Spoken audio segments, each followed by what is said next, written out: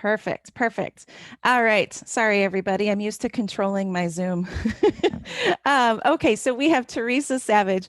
She's a she's the clinical microbiology laboratory manager at the Alaska State Public Health Laboratory in Anchorage. Teresa is a microbiologist specializing in microbacteriology and has an affinity for Mycobacterium leprae. That was so interesting. I had to look that up.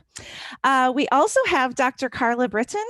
Carla is the lead epidemiologist at the Alaska Native Tribal Epidemiology Center, located within the Alaska Native Tribal Health Consortium.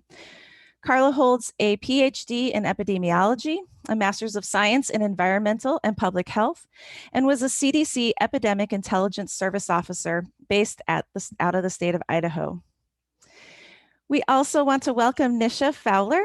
Nisha is a public health microbiologist too at the Alaska State Virology Laboratory, where Nisha leads the facility's molecular testing for respiratory virus surveillance, SARS-CoV-2 diagnostic testing, vaccine preventable disease testing, and rabies diagnostic testing of animals involved in human exposure cases. Before becoming a public health microbiologist, Nisha was a general medical technologist at Fairbanks Memorial Hospital for 6 years.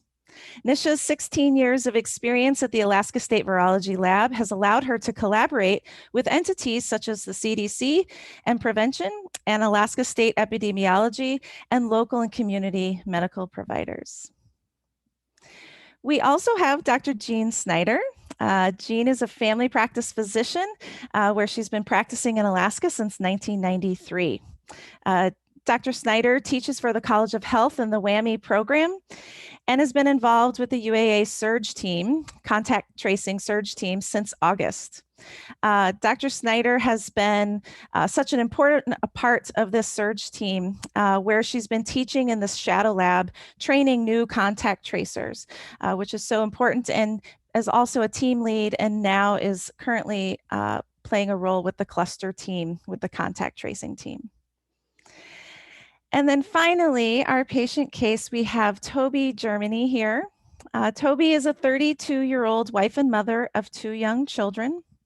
She's originally from Anchorage, but has spent the last 6 years in Southern Oregon and has recently moved to Fairbanks.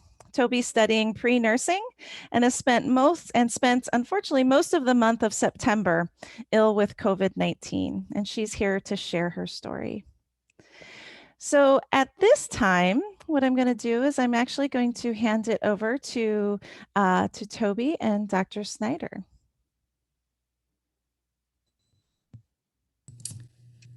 All right. So Toby, what I want you to do is just tell us how your journey with COVID started back on the Labor Day weekend. Okay.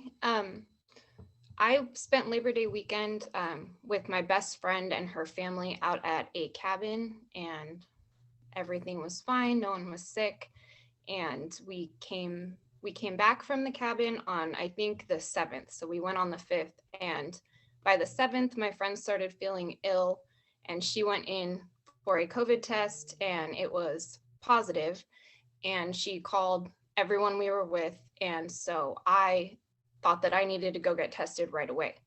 So that's what I did. I went on post because I'm a military dependent, and they gave me a COVID test, and it was pretty quick. I think it was the next day that they called me, told me it was negative. And so I was like, great, super. I felt good. And I asked them if I needed to stay away from people still, if I was still a danger. And they told me no. My negative test meant that everything was cool and I could go about my life as normal. I mean, you know, with like regular precautions that we were taking, but as far as being around my family and stuff, they said that was all fine. So I continued to live my life normally. And then that weekend, so I would say about an even week after I was exposed, I started feeling sick, but you know, I had just been told that I was fine and that I wasn't in danger of getting COVID. And so I kind of thought that I was crazy. I was having these symptoms and I thought, okay, like it's all in my head because my friend is really sick. And I went and I called, I tried to get a second COVID test. They told me they couldn't do that for me. And so I went actually to UAF, to the Student Health Center, and they tested me and it came back positive. So after it came back positive, what happened? Did the public health nursing call you, or what happened next? Yes, public health called me. When I got my results, the provider who I saw at UAF, she called me and told me that she would they have I don't know what they do, but public health ended up calling me and, doing the contact tracing, finding out who I had been around and everything. And they told me to isolate away from my husband and 2 kids, which was really hard. But I did it. I kind of locked myself in the upstairs of our house.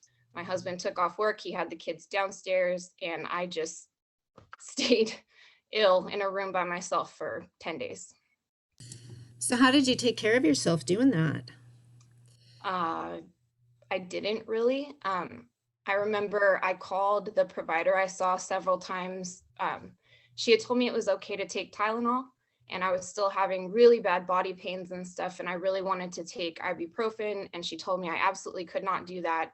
And so I was basically taking Tylenol, trying to drink water. I don't think I ate for 4 or 5 days, and I basically just slept for almost the whole time, I would say. Yeah. Did you have a fever with it? I did, yes.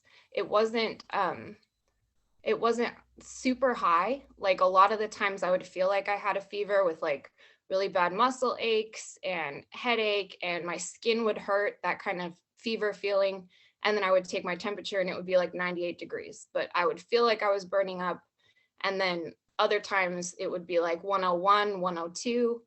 And it didn't really seem like the Tylenol affected my fever that much. It would kind of, when it was about 101, 102, the Tylenol wouldn't really do anything. It wasn't helping my body aches or anything either. So I just kind of stopped taking it and went with just letting my body try and kill it on its own. So how long did it take before you started to feel a little bit better? I started feeling better on day 8. Um, it was exactly day 8. And I remember my friend who was sick before me telling me she felt a little bit better on day 8, but she still didn't feel good. And she was about a week ahead of me. So I was kind of asking her what she was going through, but it seemed like all of us that got sick had extremely different symptoms and different experiences. But I did start feeling better on day 8. That's when my taste and smell started to come back. I think I lost that on day 3 or 4 after testing positive. And that lasted, I thought that was going to last for a while, and that only lasted 3 or 4 days. So I started feeling better, not as sick as I was, but I still had a ton of symptoms. I just wasn't completely miserable. But I spent, I would say, most of September still feeling really awful. While you were still in isolation, did you have a contact tracer check up on you at all, or did they just call you at the end? I did. That was kind of a mess because I had been seen by the military, and then I had also been seen in the civilian world. And so I had Fort Wainwright Public Health telling me one thing, and then I had like the city of Fairbanks or whatever it is, public health telling me something else. The public health from Fort Wainwright, while I was sick after I'd had a civilian positive COVID test, I had public health from Fort Wainwright tell me I had to get onto post within 4 hours to get a test there to prove I was positive. So I was already like at home in isolation, really ill, and they had me come back in and do a military test too. So I had to test positive in the civilian world and in the military world. And then I had both sets of contact tracers doing their thing. So that was kind of ridiculous, but this isn't the most organized situation. So once you got out of isolation, how have things gone for you since then? Because it's been what, 6 months? It's been 6 months, and things are a lot better. I think it took about 2 weeks after my 10 days to really feel like I could do things again and somewhat live a normal life. But for a long time afterwards, even until now, sometimes, definitely not as often, but I still get bad chest pains. I still, even with mild physical activity, like going up a flight of stairs, I have one class that's on the third floor of a building at UAF, and I have to stop and sit down halfway up, and that's 6 months later. So, you know, a lot of things changed. Running around with my kids, playing with my kids is a little bit different now. Walking my dogs, that was kind of what I did twice a day, every day, and now I can't do that. And so it is getting better. I feel like things are improving, but I'm just frustrated. You know, it's been 6 months. All right. So we'll talk to you again later about how this all affected your family, but thank you so much. That was so informative.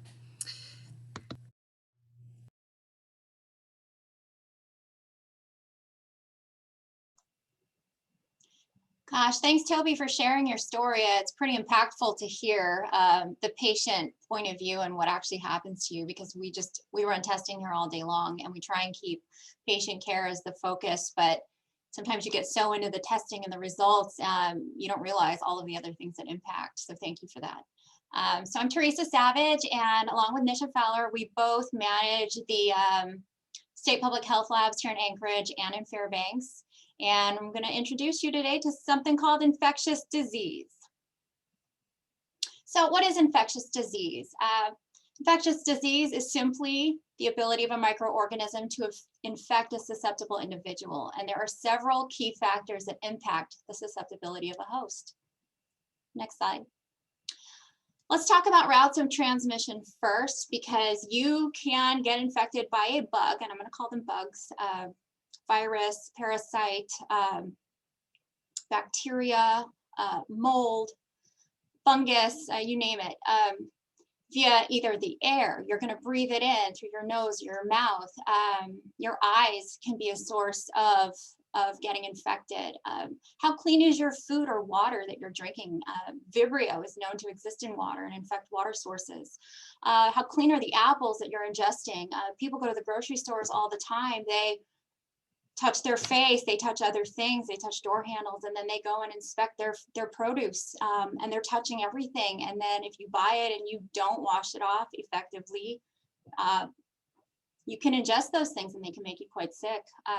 Cuts and bites offer an open door into protective layers of skin. And then you have mosquitoes or ticks, some types of biting flies that carry parasites or viruses, and that can get directly inoculated into your blood. So all kinds of things can happen there. Aside from that, the things that do manage to get into your body have their own, their whole array of what they can and can't do to you.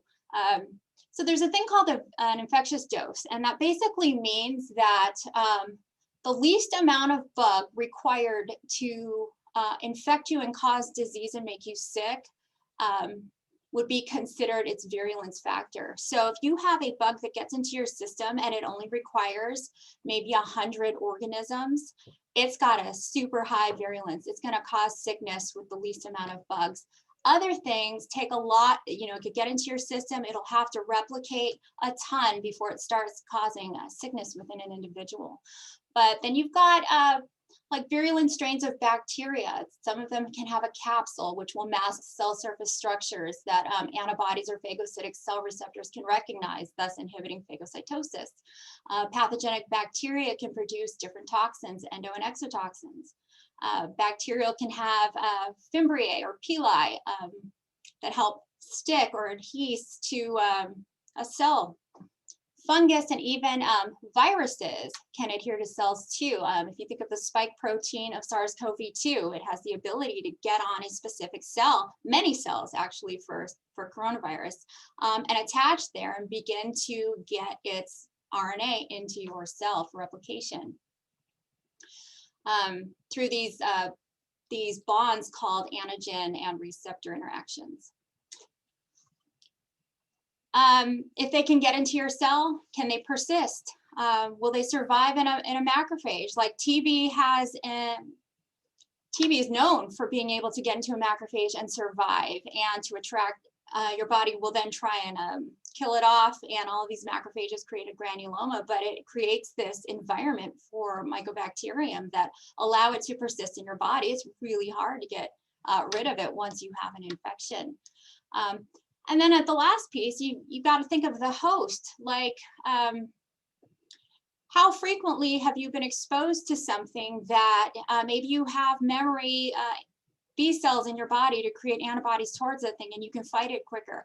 But if it's a new interaction, you're going to meet that new bug in your body with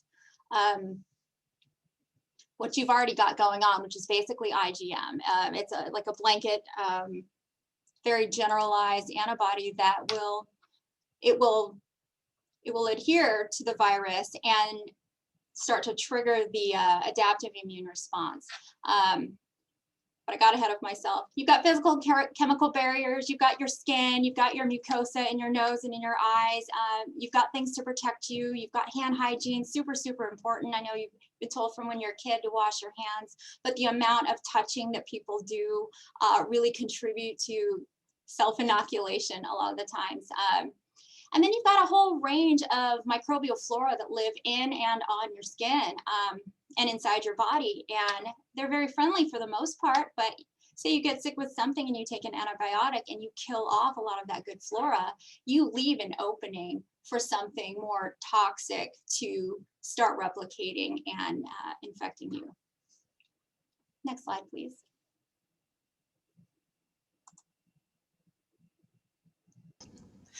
Mute button always gets me, apologize. So when we talk about pathogenesis, we're basically talking about how an infection leads to disease. And there are several mechanisms to viral disease. It begins with attachment, and that's where viruses bind, and they bind specifically to a cell surface receptor. Then you have entry, and that's either the virus or its genetic material gaining entry into your cell. And after you have that, after you have entry, you've got viral replication. So the genome is copied and viral proteins are made. Next, you have assembly, and that's where all the components are put together and new virions are created. And then finally, you have release. And this is the point where the cell is either lysed, you have exocytosis, or plasma membrane budding. Either way that happens, the virus is able to go out and infect other cells, and then the cell cycle continues. So it's important to note that with pathogenicity of a virus, it depends on a couple of different things. It depends on the virus's acceptability or accessibility to tissue, the host cell's susceptibility to viral multiplication, and then it also depends on the virus's own susceptibility to the host cell defenses. Next slide. So speaking of coronaviruses in particular, they are one of the, at least in the commonly circulating coronaviruses, they're the second most prevalent cause of the common cold, the most common being rhinoviruses. And just to note, coronaviruses have also been linked to gastrointestinal issues as well. So the optimal growth temperature for coronaviruses is between 33 and 35 degrees Celsius. And the infection that you get from coronaviruses usually is in the upper respiratory tract. There are animal coronaviruses as well, and these can replicate at 37 degrees Celsius, causing systemic diseases.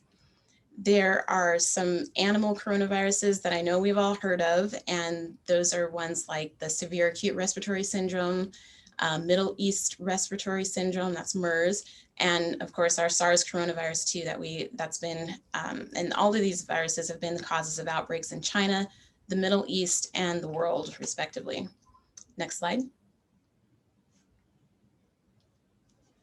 So when you think about outbreaks, epidemics, and pandemics, those can happen due to scenarios like animal viruses changing a lot and intermixing with the human population. Those viruses can become more adaptable and transmissible to humans. And then that's when you can start seeing these outbreaks and epidemics and pandemics. And when that happens, there's lots of considerations that have to be made. So you talk about isolating and quarantining. Isolation is when you're infected and you need to stay away from people. And then you have quarantining where you've had a possible exposure. Either way, you're in these situations where, it's kind of important to know that you can't really test out of isolation or quarantine with a negative result. You really do need to follow those regulations. And then when you have an outbreak or a pandemic or epidemic, you have to consider the population that you're going to be testing. For this particular SARS coronavirus pandemic, we've been testing symptomatic people. We've tested people for medical procedure clearances. We've done asymptomatic weekly screening in congregate settings like your long-term care facilities and your prison systems. We've done testing for travelers that are inbound to Alaska, people leaving from Alaska and traveling to Hawaii. We've done lots of testing for facilities like fisheries, because that's a big industry here in Alaska. The mining corporations, we've done some testing there. We do employee screening, returning to work screening, and we've also been involved in doing like the drive-through community screening that I'm sure most people, if not all, a lot of people have probably had the opportunity to go get screened in some way, shape, or form. Another consideration is social distancing and masking, and those things help to contain transmission of potential virus. We think about antiviral medications and monoclonal antibody treatments. So, there's an antiviral medication, remdesivir, monoclonal antibody treatments like Regeneron, and those are also things that start coming into play when we're dealing with outbreaks and epidemics and pandemics. We're trying to help stem things and bring things under control. What's great right now we have vaccines that are available for SARS coronavirus. You have the mRNA vaccines from Pfizer and Moderna. There's also the viral vector vaccine, which is from Johnson & Johnson, and it uses an adenovirus DNA as a vector. And the main action of these vaccines is to trigger production of antibodies to create immune responses. And another important part about dealing with outbreaks and trying to gain some control over them is whole genome sequencing. And we are doing that at the State Public Health Lab in Fairbanks to try and help give more information. The more information we know, the better about these viruses that are circulating. Next slide. Thanks, Nisha. So what is the role of the public health laboratories? I will say that generally, outside of a pandemic, our role is to take reportable organisms, confirm their identities, and report them to the government. We can do things like sequence or look for toxins, etc. But we generally only ever deal with the underserved or underinsured populations that need some testing. So we've got an STD outbreak in Alaska. That's kind of what we do. Our sample volume is not generally huge, but then come Corona and everything changes. And so it has been a constant pivot and flex and plan B's, C's, D's, and E's the entire time. And we are just trying to do our best to get to a place where if this were to ever occur again, we would have a stronger foundation and a plan of action. So I'm going to take you through a day in the life of a specimen, of a COVID specimen. The first thing that's going to happen is you're going to go get tested for some reason. You either feel you have symptoms or you don't. You've got your reasons. You might want to return to work after isolating, whatever it may be. You're going to go somewhere and they are going to collect a swab from you. Generally, the swab is an upper respiratory swab, either a nasal, hopefully a nasal and not a nasopharyngeal, or an oropharyngeal swab, because I've had that done and that feels special. So they're going to collect it from you. There are special storage and transport requirements. Basically, please, store it from 2 to 8 Celsius and transport it the same way, because we are required at our labs to document what the environmental conditions of that sample are. It will determine whether or not, if it's a warm sample, did the RNA degrade? How do we know? Are you getting a negative result because of that? So we have to make special indications like that on our test reports. But once they get to us, the first thing we're going to do is accession them. Wow, guys, every single sample, and we've made some exceptions, but generally every single sample would come to us in a biohazard bag with its appropriate test requisition, folded up in fours, tucked in a side pocket. That in and of itself would be great if the sample volume was low, but we have seen almost 2,000 samples in a day at times, and undoing every single one to get it accessioned in is crazy. We have developed a system called the racking system where facilities that are doing a lot of testing or a lot of collections, like the drive-throughs and the congregate settings, and if they're local to your laboratory, they will just put the specimen in a rack. They will put the rack in a secondary containment, and they will deliver it to us like that. So at least we're saving bags. We're going to accession everything, sticker everything, and it's going to go through some form of pre-analytical testing depending on what test methodology is being used to run that assay.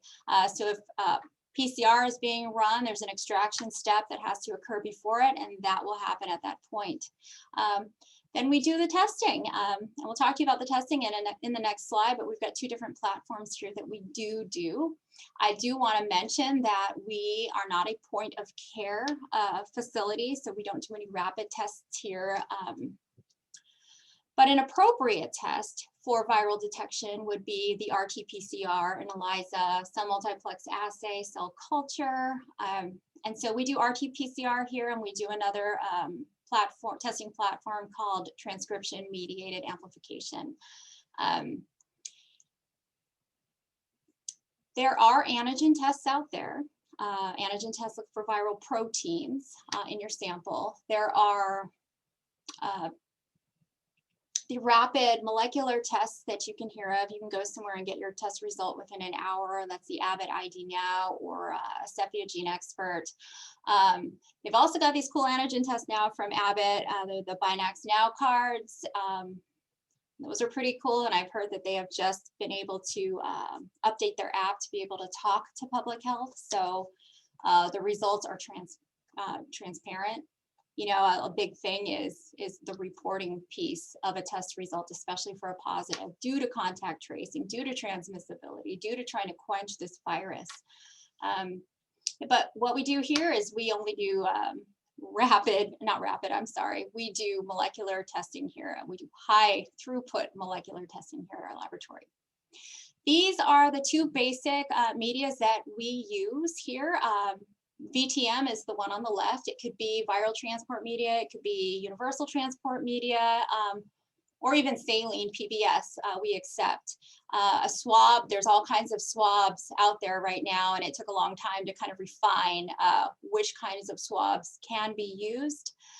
We even manufactured swabs. Our state of Alaska manufactured 3D printed swabs, which I heard feel fantastic. Just to try and keep up with the shortages going around the country. But so VTM is on the left, and what you see here on the right is the Aptima multi-test tube, generally used for STD collections. But the manufacturer has made it to be able to, handle this virus. And so VTM, UTM, saline must be transported cold. It's stable for 3 days post-collection, stored at the appropriate temperature. You can do the various collections that I spoke about. And it's optimal for high volume collections, drive-through, sweeps, airport testing. And then we've got the Aptima multi-test tubes. These are cool because Alaska is notorious for its transit issues. Be it summer, be it winter, be it you are in a rural village, at the very most north point of Alaska, you need to get a sample test. It's going to take some time. Sometimes that 3-day window for VTM is not happening. Sometimes you could put an ice pack in something, and by the time it gets to the lab, it's warm. These tubes are room temperature up to 6 days after collection. They're very ideal. You can self swab your anterior nares. to collect. It's a friendly option for seniors in congregate living settings. Additionally, it's a great tube in and of itself because no manipulation has to happen to it once we receive it. We sticker it, we put it on the instrument. And it's this popularity of this particular tube that has caused it to go into allocation status and then manufacturing issues. And so we've pivoted there as well.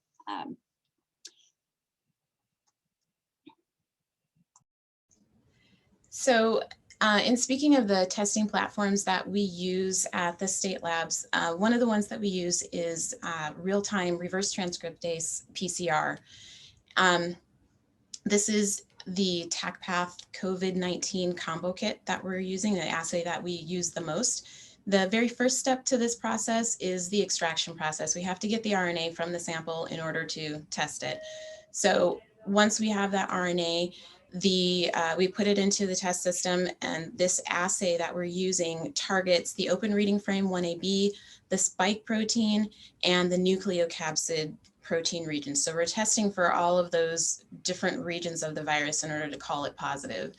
A positive or a negative is based on the cycle threshold value. And that cycle threshold value is what you hear people talking about, the CT value. So that's what we're using to actually determine whether a specimen is positive or negative. And the cutoff that we use is a CT value of 37. So anything that has a CT value of higher than 37 is considered a negative result.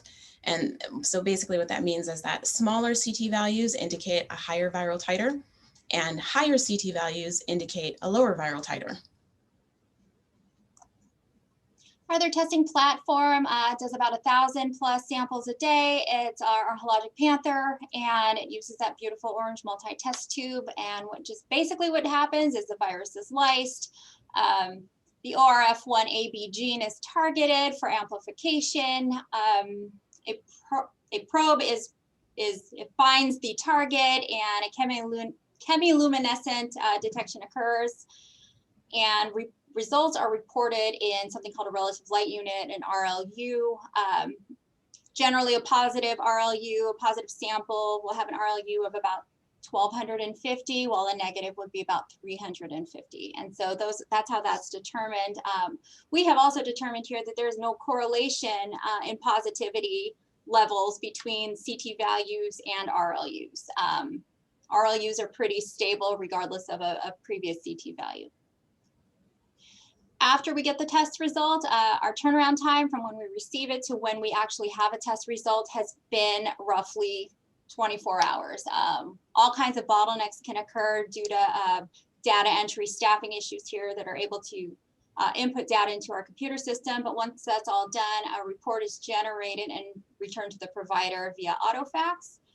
We also have HL7 messaging to epidemiology so that they're aware of positives and negatives. We have folks calling out all positives. I believe the National Guard was doing that for us to help us out.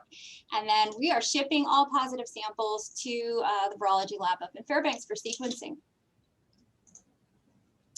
So Alaska is performing COVID genomic sequencing or COVID genomic surveillance, and those sequences are uploaded to GISAID as soon as they're available. And the goal is to perform sequencing on all positive Alaska samples. It's difficult to do, but that's the goal.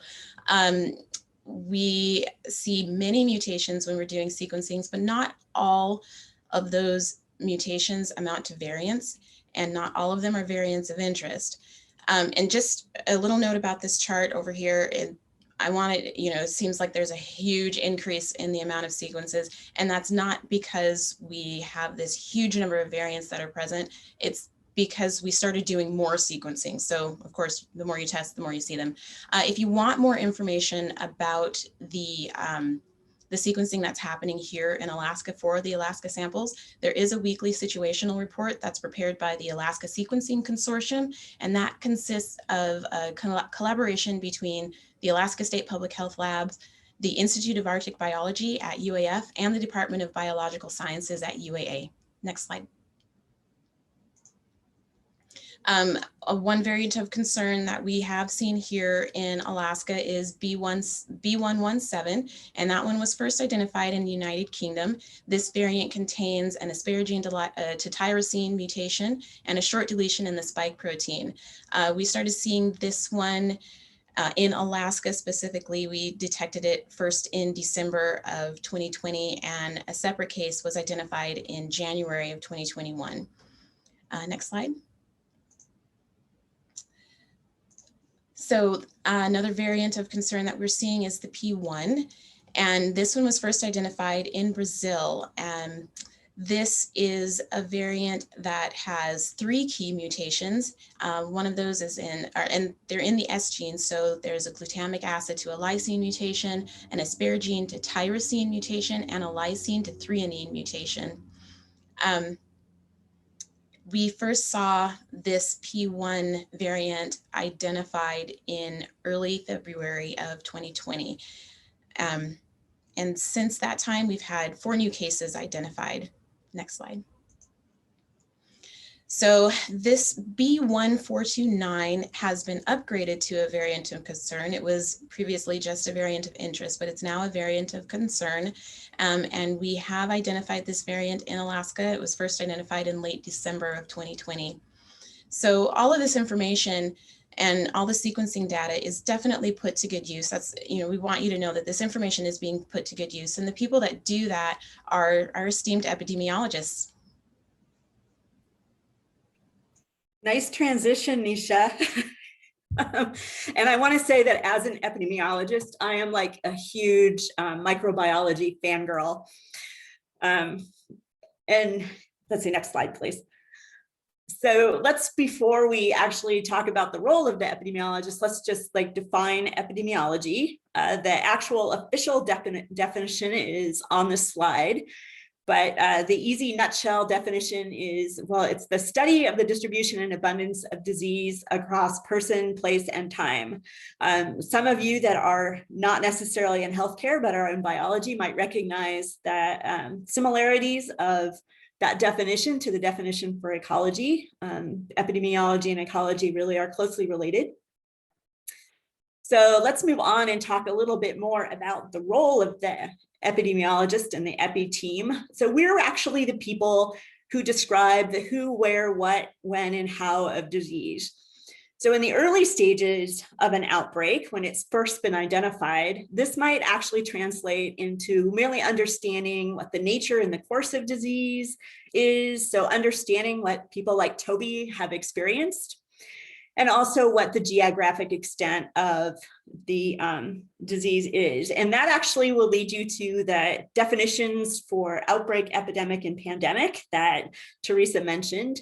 An outbreak and an epidemic basically are really very similar, and it really just means that you're seeing something in excess of what you would usually see or expect.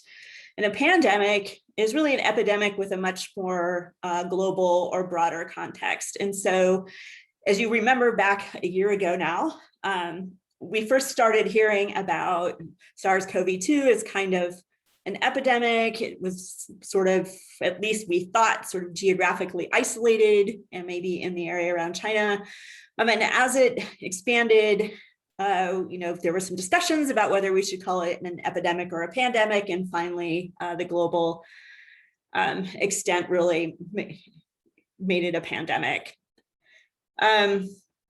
So the epidemiologist works really closely with laboratory and healthcare partners to identify the causative organism, which is great now because, as you noted from Teresa and Nisha's presentation, there have been huge advances in laboratory science that has significantly increased our ability to actually identify outbreak organisms. And I'm going to give you a really quick, brief non-COVID example because we should actually remember that it's not all about COVID. So we can investigate an outbreak of a respiratory or flu-like illness in a setting like a nursing home. We can be fairly certain it isn't flu because in many cases there's some rapid tests that will give us at least a hint. And with the availability of multi-target respiratory virus testing, within a day or two, we'll actually be able to identify the actual causative organism. Like, for example, human metapneumovirus. And then we can all be completely surprised because none of us have actually ever heard of it. And that actually did happen to me. We actually did identify something, an outbreak, as human metapneumovirus, and absolutely every one of us had to read up on it. So in the past, we would actually have been able to describe the extent of the outbreak. We would have been able to link these cases epidemiologically by their characteristics and by contact, but we wouldn't really have been able necessarily to identify the organism or offer more than general recommendations related to mitigation and control. So we would have offered standard, sort of respiratory virus precautions, but we wouldn't have been able to sort of tailor those recommendations. So next slide, please. Thank you. So in the course of an outbreak, regardless of what the extent geographically is, epidemiologists, and usually in the context of a pandemic, there will be an entire team of them, will gather information from a variety of sources. So those sources would include lab data from folks like Teresa and Nisha, notifiable disease reports, which are required for certain diseases, including COVID. And those reports are generated by healthcare providers, or they're generated in the labs, and then they're sent to public health. We would incorporate case investigation and contact tracing information. So those would be the phone calls that many of you have either received or made, including the probably 400 that Toby got from various places. We'll incorporate data from healthcare records and from vital statistics. So those are the folks that collect information about mortality. We'll use all of this information that we collect across the public health and healthcare realm by you, healthcare providers, contactors, case investigators, public health and healthcare professionals. And we'll produce descriptive statistics. So those are the basic who's, where's, what's of disease, and who's affected, what are the characteristics, the outcomes, what the disease course looked like, what the geographic distribution is, where it is, who's got it, among others. There's just an endless amount of information that we can collect. We'll collect information about vaccine trials, about adverse events, and we'll use that information to produce predictive models. And those models can help us understand what the impacts will be on healthcare and what the potential impacts will be on our need for resources, including public health resources. We also use these data to monitor changes in the disease status. So does it look the same? Is it getting better? Do we have more cases? Do we have fewer cases? Are these cases more serious? Are they less serious? Are more people hospitalized? What's the whole course of that? As more data are collected, we'll revise the models to reflect these new information. So if you go to the state's website, you'll see some changes in what those models look like as we gain more information.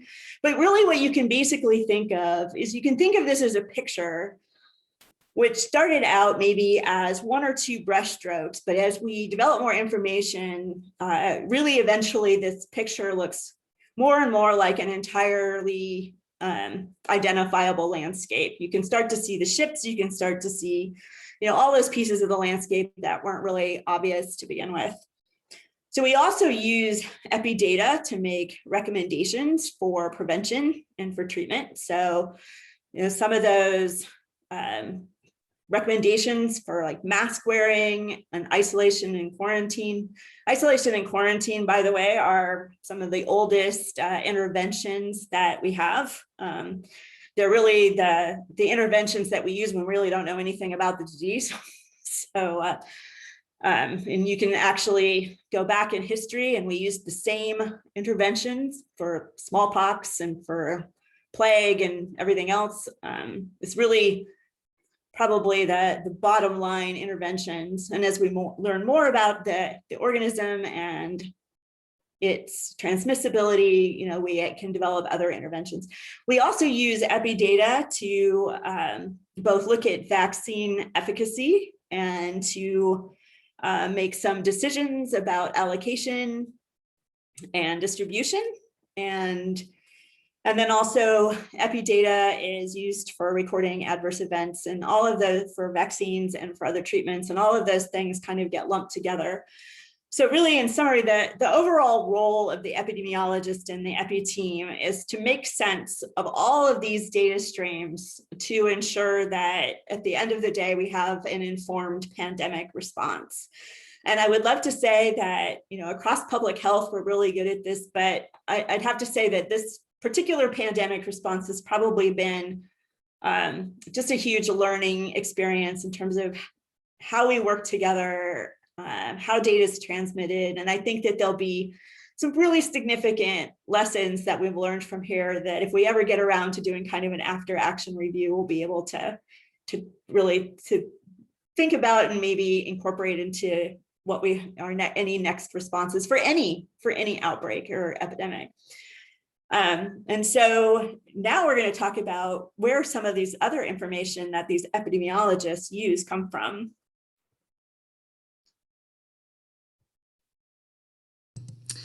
Alrighty. So contact tracers, we are the people who go into the work mode once the lab test comes back positive.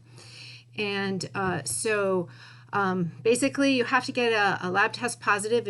Until you have a positive test, you do not have a coronavirus case. You may be a contact, you might be a person under investigation, but you're not a case till that test comes back. Once that test comes back, the client will be notified of their test, and then that lab test will also be sent to epidemiology, which will then be sent to be put into our database, which is the ComCare. This is a medical record or a healthcare record that we are using to document all the information that we get from our cases and our contacts as we interview them. Currently, the information is getting split. ComCare was recently divided into 3 different, we are calling them buckets. One is for the municipality, one is for UAA, and one is for the state of Alaska. They have fancy names in the system, but I'm mostly going to talk about the UAA bucket, which is also the ANTHC bucket. We share the same caseload. We can't actually easily look at clients who've been put into the other buckets, but we've got plenty of our own work to do since we're doing all the cases in both the municipality of Anchorage and in the valley. After we get those cases entered into ComCare, then we can start actually doing our contact tracing. Next slide, please. So once we get these lab, we get a report with all the lab, and the UAA team then has a team within our team called the Strike Force team, which registers the cases in ComCare so they can be assigned off to the case investigating team. We also find cases not just from test results that were given to us to be entered, but we occasionally will find cases because we're talking to a case and they've got a family member who is also a case who has gotten their positive test but has not yet been entered into the system. So we sometimes will find people that way. And then the third way we actually are finding cases now is that we stood up a team called the Response Center, which is a telephone center, and a person who's gotten their result back as a positive can actually get a phone number along with their lab report, and they can call us so that we can initiate the case investigation, get them registered in the system sooner. It helps us get on top of their case so that we can get them isolated, get their contacts identified, and get them to quarantine more quickly. So there's, the 3 big groups working on it. You need to know that there's many other agencies and healthcare systems all around the state that are doing this work as well. So the process, once the case gets registered into ComCare, we have a spreadsheet that gets generated out of ComCare, and then those cases get assigned to our case investigators. During the case investigation, the case investigator is collecting a lot of demographic information about what they were doing during their infectious period, which starts 2 days prior to either onset of symptoms or 2 days prior to collection of their positive test. So it extends out for the 10 days of isolation plus the 2 days prior, so the infectious period. We also collect information about their source period, trying to get a handle on where they may have gotten their coronavirus. When I'm teaching contact tracers, sometimes they're asking me, why do I need this piece of information? And I'm usually telling them because the epidemiologists are going to need that information, especially when we're looking at things like what was the time between the time that they were infectious and they finally put themselves in quarantine or isolation, and what is the time between they were infectious and their contacts get themselves out of circulation. We're trying to reduce that window of possible infectivity out in the community, and so we're looking at some of those data points. They're sometimes hard to get. Another thing that we do while we're interviewing people is we risk stratify them. So we're looking to see whether or not they are at significant risk of developing severe disease. After we finish doing all the interview with the case, we identify the contacts that they had more than 15 minutes in a 24-hour period, less than 6 feet apart,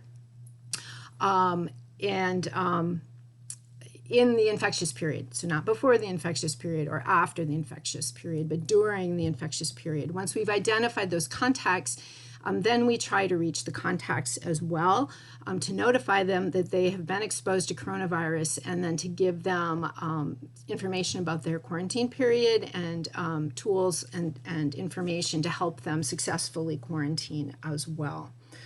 After all that is completed, then the case themselves, if they've been risk stratified as a high-risk case, will go into our periodic monitoring program, where we will call them every few days to see how they are doing, whether they're high risk or low risk. At the end of their isolation period, they'll get a call to see if they're actually eligible to end their isolation. The end of isolation period is based primarily on symptoms, so they have to complete their 10 days in isolation, and additionally they must have improvement in their symptoms and no fever. In the absence of fever, reducing medications for 24 hours prior. So their infectious period is more of a guideline or a goal rather than a hard stop. So I tell people, don't be buying those airplane tickets for the day after, because if your symptoms aren't improving, you're not going to be done quite yet. Next slide.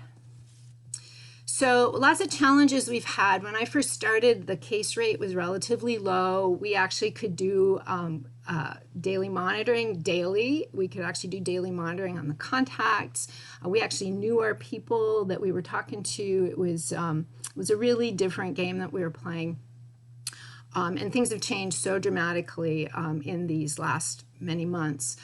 We've had significant challenges with our remote working. All our training has been remote. We do everything remotely. We have people actually on our team as far away as Maryland. One person I trained was in Maryland. We've got folks all over the state of Alaska. And so we're running into problems with people's internet connectivity. They get a massive storm and the power is out and they can't work. They can't even tell us they can't work because everything is out. You're working and all of a sudden you're off the Wi-Fi and the telephone crashes, and so lots and lots of challenges with that. And we've been changing things because of some of those challenges. We were using our own telephones, blocking calls. We've just in the last 2 weeks started using a computer-based calling system, so we can have an unblocked phone number and a central point for people to call us back. So as things have changed, I actually was teaching and had one of my students in the course say, well, that's not the handout I got. And the handout had been changed since I had downloaded the handout with just a couple days. Things like the quarantine period, I taught it one way on Monday and a different way on Thursday. Things are just changing really fast. I personally have felt that we are building the boat while we're sailing it in a hurricane. We're have changed so many of our processes, and we've changed them, sometimes several times in the same week. We've had to change what we're doing as the information changes, as our understanding changes, as we figure out better processes for working with the technology. As we're calling people, we're running into people's, so I saw in the chat there that somebody asked, what if somebody doesn't want to do things? We're definitely running into people who think it's a hoax, even now. People who are demanding that their employees come into work, even though they're in their infectious period. We've run into all kinds of things like that. Our Alaskan communities are extremely diverse, so we have to be capable of using our translating system, because folks don't have a easy facility for these technical conversations in English. And so we have translating services, and then recognizing the different cultural values in the different areas in the state. So, and then the other piece of it is, as we're going along, we're living this crisis too. Our family members are getting coronavirus. We're having to quarantine ourselves. We're just as tired of the whole thing as the people we're talking to. So, next slide. So just briefly, as we've been doing it, we've had so many stories of things that we've run into, different people have run into. We're hearing, because we're on the front lines of this, we're hearing about the reinfections, we're hearing about the infection breakthroughs with vaccinations. We are hearing, we get stretched because we're calling somebody. There was a case where our contact tracer was talking to somebody who was actively suicidal, and we had to, in the background, try to figure out how to respond to that. We've called people and discovered that the patient had passed, and the family was so angry that we called that phone number and basically took it out on the poor contact tracer. So we have put together some resources for our contact tracers for them to be able to share their experiences and to support each other. We've done big Christmas party on Zoom and other things to help support each other as we move through this, especially because we're sitting in our own, little space here at home and don't have anybody really to talk to about it. So, it's been a wild ride. So back to Miss Toby to talk about how this affected her family as she experienced this disease. Okay, so that became really complicated. Both of my kids are pretty young. I have a 7-year-old and a 2-year-old, and back in September, that was when I think everyone was still doing, all the elementary schools at least were doing at-home learning, virtual learning. So that is basically what I did all day.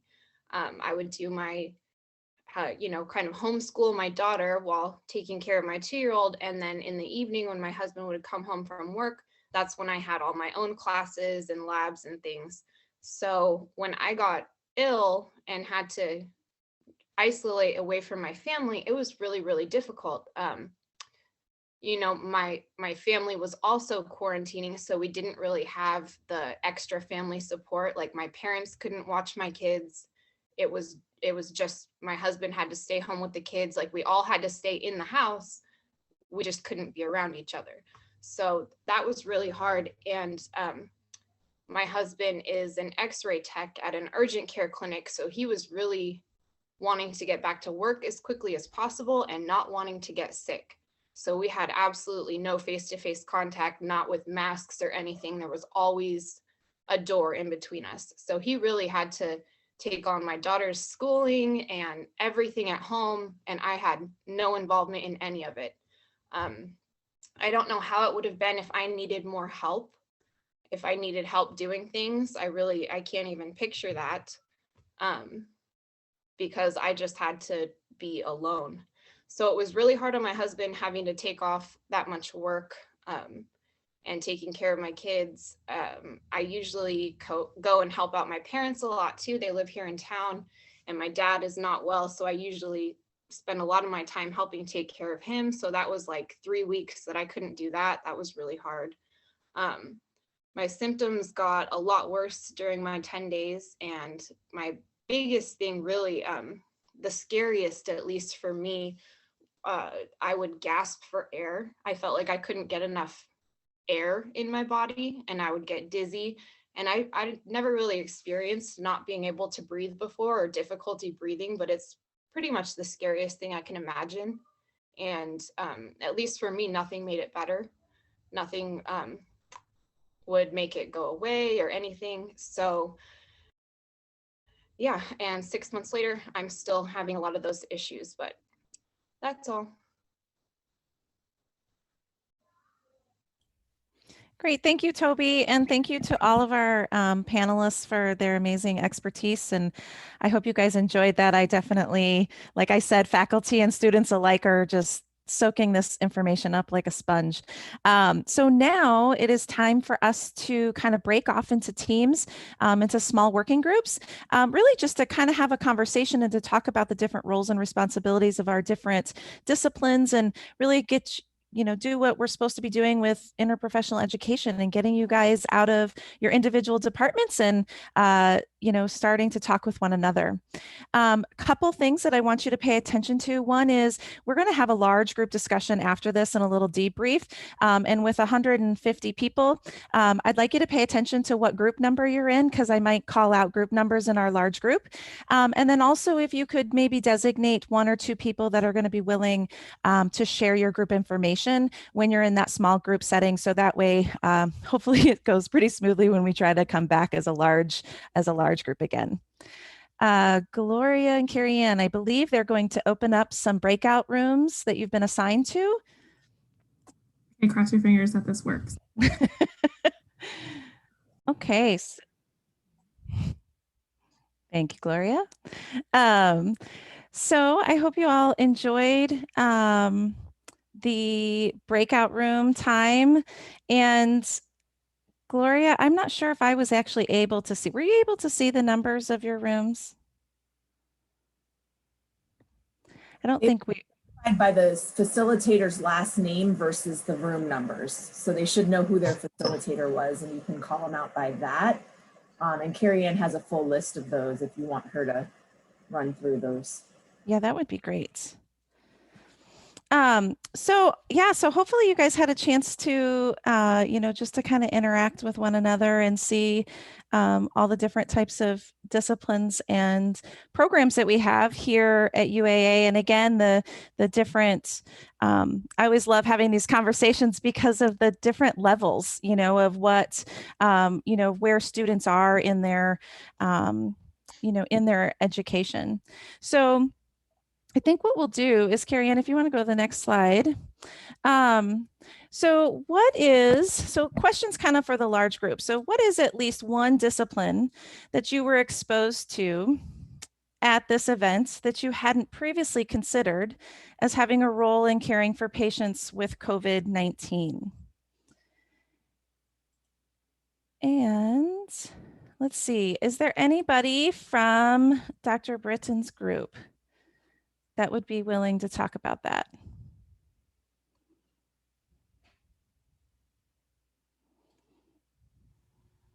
Sure, I can. This is Laura. I'm a nursing student. And I guess it wasn't a totally new thing that I knew pharmacy students and pharmacists generally participate, but just kind of how they do and some of the different ways was interesting to learn about in my group for me. So pharmacy and that, great. So let's see, what about in Fowler's group? So we had one pharmacy student in our group, and then we had some nursing students and dental hygienist group, or dental hygienists in the group as well. And I would love to hear from them. And we didn't really touch on what a dental hygienist role would be, but I would love to hear about it if they have some ideas. Anybody from Nisha's group want to jump in?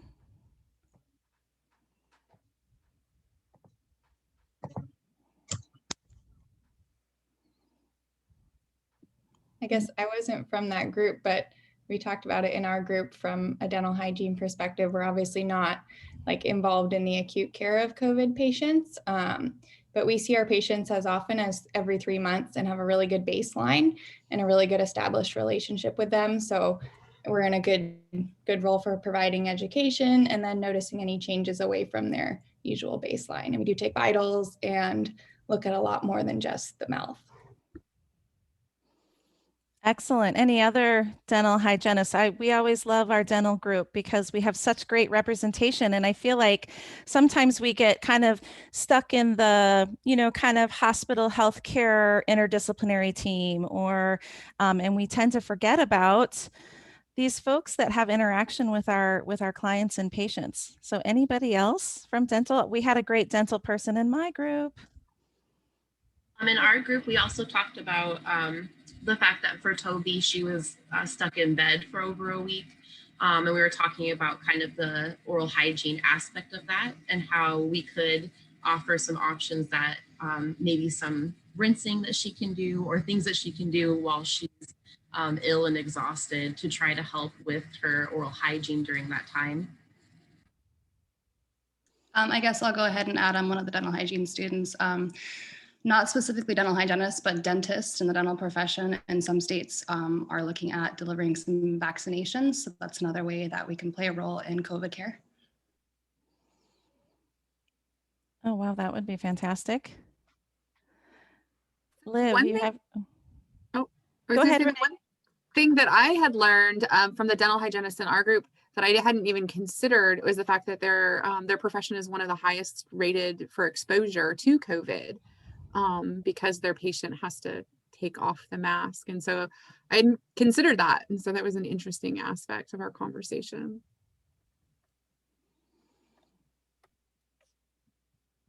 That is super interesting. Does anybody have anything to add to that? Because that's something that we didn't touch on in our group. Just exposure. It looks like there's a question in here about what kinds of challenges have you seen in dental clinics with COVID outbreak and potential positive COVID contact?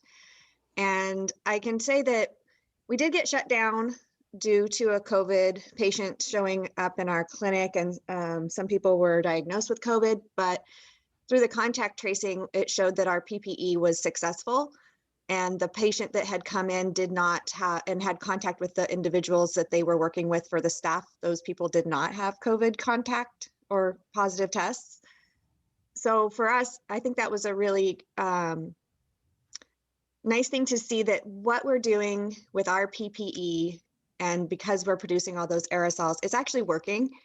And we have not had an instance where we've come into contact with a patient who's had it and then we've contacted it. I think it's been a little challenging too with that increase of PPE. I think over time we're learning to adapt to it pretty well, but initially in the beginning, as I'm sure many other professions, just having to learn how to navigate, how to wear all of this. We have to use extra oral evacuation devices now, as well as another high evacuation device. And so there's just a lot to kind of move around and navigate. So that's been a little challenging, but it's working well now. It was just a little difficult in the beginning. Yeah, I would also add to that, Haley, that I think we've actually had to make the most adjustments to our care as far as dentists go as well. No high speed, hand pieces, low speed. Like there was a time where we were extremely limited in the amount of care we could give. So considering that and all the adaptations we've made, it's pretty impressive how far we've come. That's fantastic. And so let's see. So anybody else? What other disciplines did you guys talk about that that you were exposed to in your small group that you hadn't really thought about working with COVID patients, or what their role is?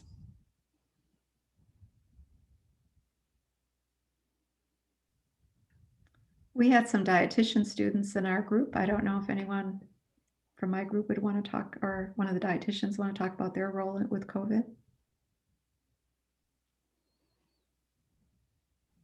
So I'm a dietitian student, and I was kind of listening to Toby's testimony on where she was at You know, like the fact that she wasn't able to drink or eat is really challenging. And so like that's where the dietitian is going to fit in. And I think the aspect of telehealth really opens that up for a dietitian to be able to support a client or a patient with COVID.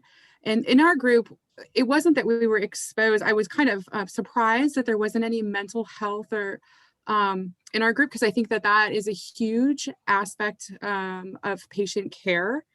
And so, you know, like the nurse can do so much, and the contact tracer, those people that are calling to check in as far as tracking her progress. But to be able to help her process through her feelings and support her in that way, I think would be an essential part of the care team for her. But I'm really excited about telehealth and that aspect of being able to allow dietitians to be able to come in and support patients who are struggling to feed themselves or even feeling like eating.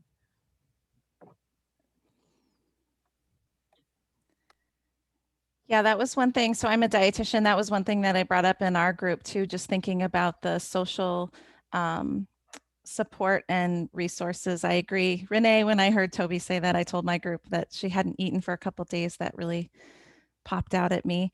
What about, so there's some questions in the chat here, or not questions, but more comments talking about like PPE. So I'm curious as to, did you guys, I know in our group, we talked a little bit about PPE and how that has kind of evolved over the last year and how that has, you know, impacted your work or working with an interprofessional, you know, kind of working as an interprofessional team. Does anybody have any other comments? We kind of heard a little bit about dental. What about other disciplines here?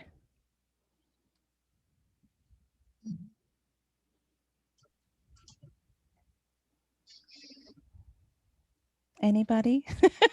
I'll go ahead and chime in for a little bit, I guess. I am a nursing student. This is my first year as a nursing student, so I haven't really had any exposure or experience in the medical field or really anything before now. So I guess for me, my floor for patient care has always been under COVID restrictions and precautions. So I've always worn a mask. I don't have anything to look back on to compare it to. So I didn't really have much of a learning curve there. It just has always been what it is. And I do know that there are some limitations there. Like it's hard to read facial expressions from a nursing standpoint. And also, you know, having patients needing to wear the masks in the hallway, it's hard because you know that they're immune compromised and breathing might already be an issue for them. But I guess that's my experience on PPE a little bit. Great, thank you. So as another nursing student here in Fairbanks, something I didn't even know, but in clinicals this last week here at FMH, they actually at the end of our shift, they had us do a code blue scenario, CPR scenario. And I didn't realize this until they explained it, but they have to do full PPE before they can even step into the room and start performing compressions and CPR.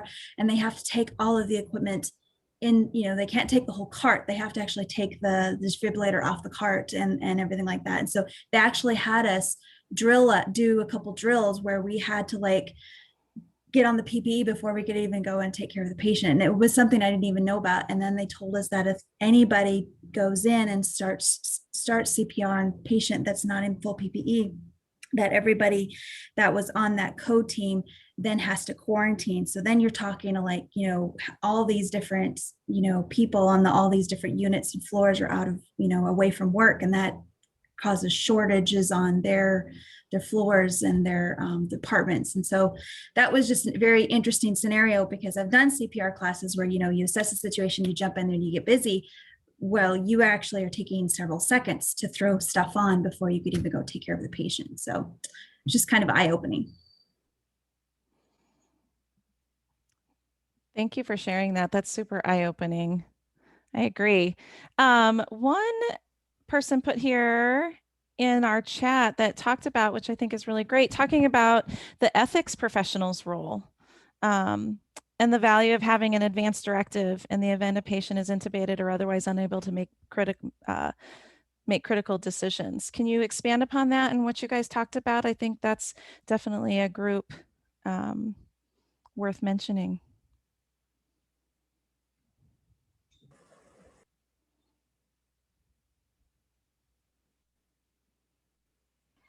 So a couple people in our group mentioned the advanced directives, and a nursing student said she has experienced this or observed it in a hospital setting where the nurse actually goes in and has that conversation with the patient. But how much more valuable would it be to have an ethics person on staff to talk about it, because nurses are, they have so many roles already in providing direct patient care. This is, kind of goes into another scope of practice. So having an ethics professional would be great to advocate for the patient's rights and planning ahead in instances where they're in inpatient status. Just to piggyback off Michelle, my sister's a clinical social worker at a children's hospital.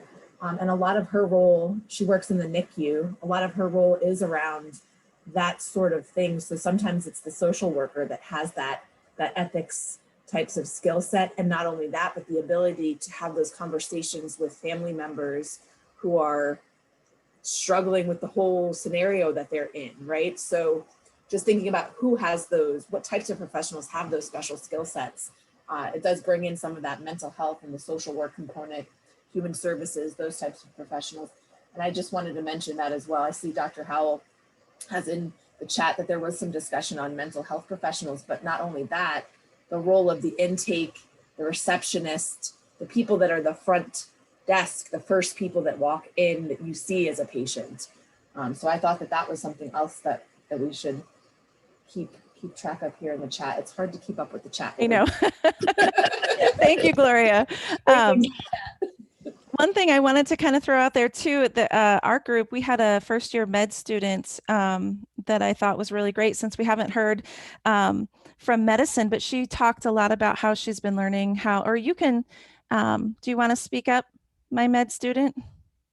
Yeah, I can speak up. Thank you. So I talked about how as in medicine, we can't miss like the red flag diagnoses. So even like when we do sim labs and stuff, we always like we just did like our respiratory cardio and stuff. And we always throw COVID in there because it is a possibility, but there are also so many like red flag stuff that we can't miss, like a pulmonary embolism. If someone has that, but we get so tunnel visioned on like, oh, COVID is happening, like, and we get too paranoid with that, we might miss more important things. So I think in medicine, it's always really important to keep a big differential just so that we don't miss anything serious for our patients. Thank you, Amanda. So real quick, so are there any takeaways from this event that you feel like you're going to utilize when you are licensed and practicing? I know a lot of you, again, depending on where you are in your education, some of you, you can picture yourself on a clinical unit or working, and because you've been doing those types of things, and others, you're learning about them from home on Zoom, in a textbook. So what kind of takeaways from this event does anybody have? From the Savage group, Caitlin had a really great take home. She wants to mention it. So I'm a nursing student, and basically we talked about how important it's going to be to communicate with all these different disciplines in implementing patient care for someone with COVID-19, and really trying to look at that holistic, whole person nursing care instead of just trying to treat. We got to look at, what's going on at home and how they're dealing with it and managing it, and leaning on those other disciplines to help us out with that as well. That is so true. Anybody else have any takeaways from this, from your conversations? I think this wasn't necessarily from the conversation, but just from the whole thing, there's just a real depth of all the different details, from the epidemiologists and the microbiologists and the testing and the contact tracing, and then to the care. Like, we haven't even gotten to the care yet. So I just have a real appreciation of the sort of breadth and depth of all these different sources of information. So I appreciate that. I'll be thinking about it. That's music to our ears, Andrea. Thanks for that takeaway. So I think because of time, I want to make sure that you guys have the opportunity to ask our panelists some questions if you feel like, if you have any. We totally recognize that of what time it is. So if you need to scoot away, that's perfectly fine too. But let's see, Gloria, were there any questions in the chat? Yeah, so I have one question in the chat that I wanted to bring up that was for Teresa and Nisha. The question is about sequencing. So the goal is to sequence all positives for variants, but what is the percentage that is actually being sequenced? Is it 100%? Not yet.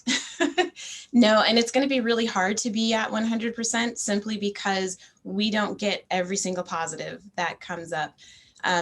We get our samples from all across the state, and we also get samples from people who have traveled out of state and tested positive at some commercial labs like LabCorp or Quest, and they've been generous enough to send us those specimens so we can try to do sequencing on them. But so unfortunately, it's not going to be all, but we will try to sequence as many as we can. And I don't know, Teresa, do you remember what our percentage is right now that we've sequenced from what we've received? I don't either. It's not a very big amount, but. Sequencing takes a lot of time, which is something I wouldn't have known, but like what, a week for 100 samples? We're currently trying to beef up the instrumentation that we have to be able to do this more effectively and more in real time, so that the result of that sequencing actually matters. And with all of the vaccine breakthrough cases that we are seeing, it would certainly be of interest. We are prioritizing those samples ahead of just a general positive. Thank you both. Amber, I hear you have a question. You can go ahead and unmute. So my question was about the contact tracing. I had one person respond to me, but I was wondering if somebody refuses contact tracing in Alaska, it sounds like we're leaving that discretion up to them. But I had heard in July of last year, there were some people who received subpoenas in New York because they had refused to do contact tracing. Do you think that that's something that will grow to be a practice, or do you think that respecting their choice for privacy, I'm just thinking, which way do you think that that will sway? Because it seems like they took the legal route with it in New York, and I was just curious about that. Yeah, so the way we're really doing it here is we're really hoping everybody is a good citizen and wants to participate. So it is definitely optional, and we definitely have people refuse. Some people refuse just by not answering the phone. That's one way to refuse. Some people swear and hang up the phone. And we're not chasing them down to do that. And I don't see that happening here in Alaska. Yeah, I would agree, Jean. It's from what I hear from the state, there's no movement in any legality types of direction, similar to our travel policies, right? Like, we encourage you get tested at the airport. It was mandatory, but it's not like in Hawaii where they're following up and arresting people if they don't. So it is more of the good faith of the good civilian, the good civilian kind of a status that the state of Alaska has been taking. On the other hand, though, occasionally, if we do find out about a business that is willfully not following the mandates, we will, well, from our standpoint, we move it up the food chain, and it has gone sometimes up to basically the public health nurses and those folks to, I think they lean on them a little bit first, but if it's really bad and if there's a lot of cases coming out of that business, I think they can be fined if they're not following the local, at least the Anchorage mandates. Thanks, Jean. I see another question in the chat. If someone has a common cold as a result of the coronavirus, will they still test positive for COVID-19? And I think Teresa responded to this in the chat, but if you wanted to unmute and say that out loud for the group, that would be great, Teresa. When tests are being developed for a specific virus, they are looking for unique pieces of DNA or RNA that is specific to that bug. And so they do a ton of studies afterwards to just make sure, like, is there any cross reactivity with other things? And you would hope that, you know, the thing that gets FDA, EUA approved does not have any kind of like, oh, I have a common cold, but now I'm going to test positive for SARS-CoV-2, you know, different detection. Thank you. I have another question related to sequencing. What kind of sequencing instruments are currently being used? Right now we're using the Illumina MySeq, and I think we are looking to purchase a NextSeq, which will have a much higher throughput for sequencing. I also wanted to acknowledge one of the comments in the chat. Many professions have had to step into roles outside of their normal scope. It's kind of a takeaway to reduce patient contact, and many professions have had to adapt. It was nice to hear how these various professions have had to make these changes. So takeaway from Chelsea on her experience with grand rounds today. We still have about 5 more minutes. Anyone else, any additional questions? If I could just add to that, Chelsea is also a student here in the pharmacy program, but I think it's really responsible that we utilize the medications used to treat COVID-19. Our group discussed about how in the beginning there wasn't much literature to go off of, and so we were all kind of grabbing at straws and things like that. Remdesivir is shown to work in certain populations, but it also is a very expensive medication. And so, you know, working with our prescribers, you know, physicians, ANPs, things like that, I think it's really important that as a whole that we utilize our medications appropriately and effectively. Thank you, Liv. Any other questions? Or comments or takeaways as well? Any comments as well?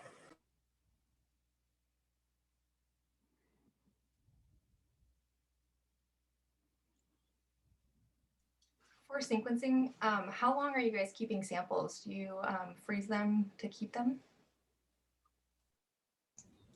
We do freeze them. So as soon as we get them, we store them frozen until we can actually get to test them.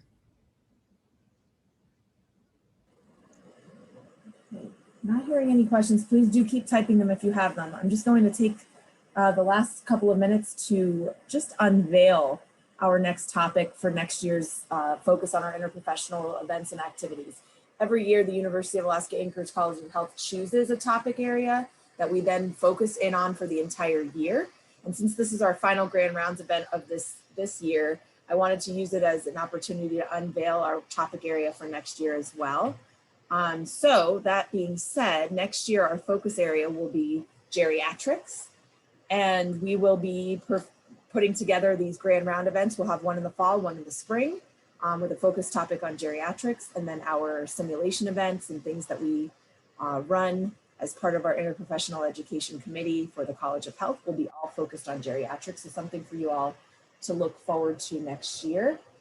As I've been wrapping that up, I see there's another question in the chat box. So for sequencing, again, do you need a fresh sample or are you able to use a sample that was previously run to test for positive or negative? It depends on how that sample was tested in the beginning. If the sample was tested on using some of the quick tests that actually utilize the entire the entire sample, for instance, like the Abbott ID Now, those samples are very difficult for us to use in sequencing. So we do recommend that a new sample be collected if there was a positive with that. But otherwise, generally, if it's just a little portion of the sample that was used to do the initial testing, we can do sequencing off of whatever's left over. But like I said, in the instances where you have the Abbott ID Nows, in which like the swab from the sample is pretty much not necessarily consumed, but it's used in the process, those we have a very difficult time getting any sequencing data off of, so we do require a new specimen. Yeah, I think there's one last question. This is going to be our final question, and it's again on sequencing. If we start sequencing now, are the positive people notified of their strain?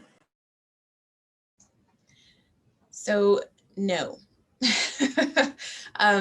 So right now, the reason why is because the data from sequencing is not actually CLIA approved for use in the treating of patients or anything like that. So we don't release that data to specific patients. We do release that data to state epidemiology, and that helps them make some determinations, but the laboratory itself does not. And I did leave the link to the Sequencing Consortium's genomic report, so you can see what's kind of circulating in different communities, but we're not releasing to specific patients at the time. And we are at time. Wow, you guys, this is amazing. We finished on time and everything. If you do have additional questions, you can always reach out to myself and I can get you in touch with the right panelist. This meeting is recorded, so if anyone missed a portion of it, they can always go back. And if there's any special requests for a copy, we'll make sure that everyone registered receives a copy. I wanted to thank all of our wonderful panelists for spending time, especially Toby, for sharing your story. I know that that can be difficult to do as a patient, but the patient experience is such an important part of these events, so thank you. And with that, have a wonderful weekend, and we'll see you next year for our next round of grand rounds on geriatrics. Gloria, can I say one thing? Absolutely. I will send out certificates probably in the next week. It takes me some time to create them, so hopefully if you were here, you should receive one. And you'll also receive a survey, right, Gloria, with your certificate, and we really ask that you complete that just because it helps us for future events.